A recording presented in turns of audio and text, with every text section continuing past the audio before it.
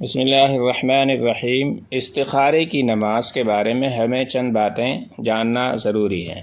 پہلی بات یہ ہے کہ استخارے کا مطلب کیا ہے، تو اس کے لیے ہمیں معلوم ہونا چاہیے کہ استخارے کا مطلب ہوتا ہے اللہ تعالیٰ سے خیر اور بھلائی کا طلب کرنا۔ روزمرہ کی زندگی میں پیش آنے والے واقعات اور ہر جائز کام میں اللہ تعالیٰ کی طرف رجوع کرنا، اللہ تعالیٰ سے اس کام میں خیر بھلائی یا رہنمائی طلب کرنا، تو اسے استخارہ کہتے ہیں۔ استخارے کا طریقہ کیا ہے، یہ دوسری بات ہمیں جان لینی چاہیے۔ حدیث میں آتا ہے کہ جب تم میں سے کوئی شخص کسی بھی کام کا ارادہ کرے تو اس کو چاہیے کہ فرض نماز کے علاوہ 2 رکعت نفل نماز پڑھے۔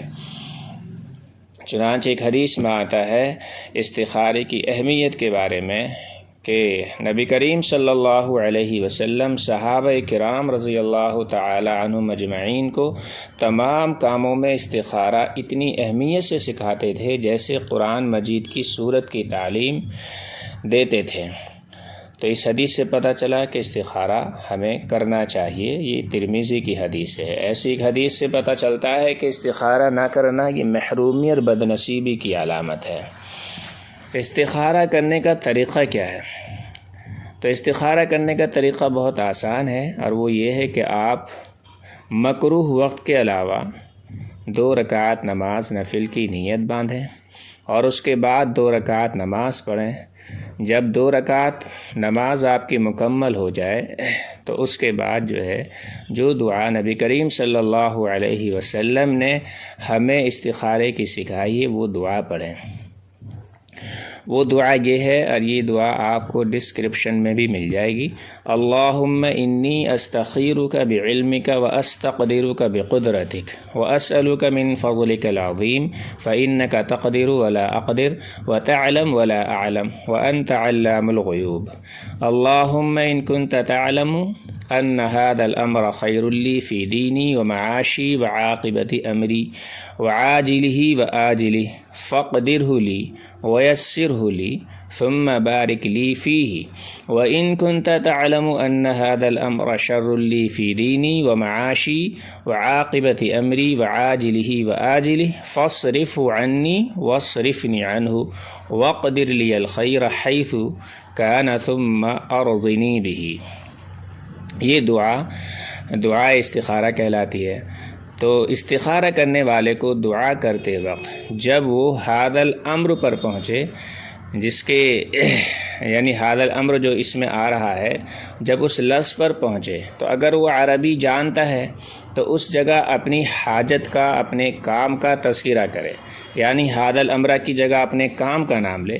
مثلا سفر درپیش ہے تو ھذا السفر کہے، نکاح کے بارے میں آپ کو استخارہ کرنا ہے تو ھذا النکاح کہے، یا تجارت کے معاملے میں استخارہ کرنا ہے تو ھذہ التجارہ کہے، یا بیع کے معاملے میں کوئی استخارہ کرنا ہے تو ھذا البیع کہے۔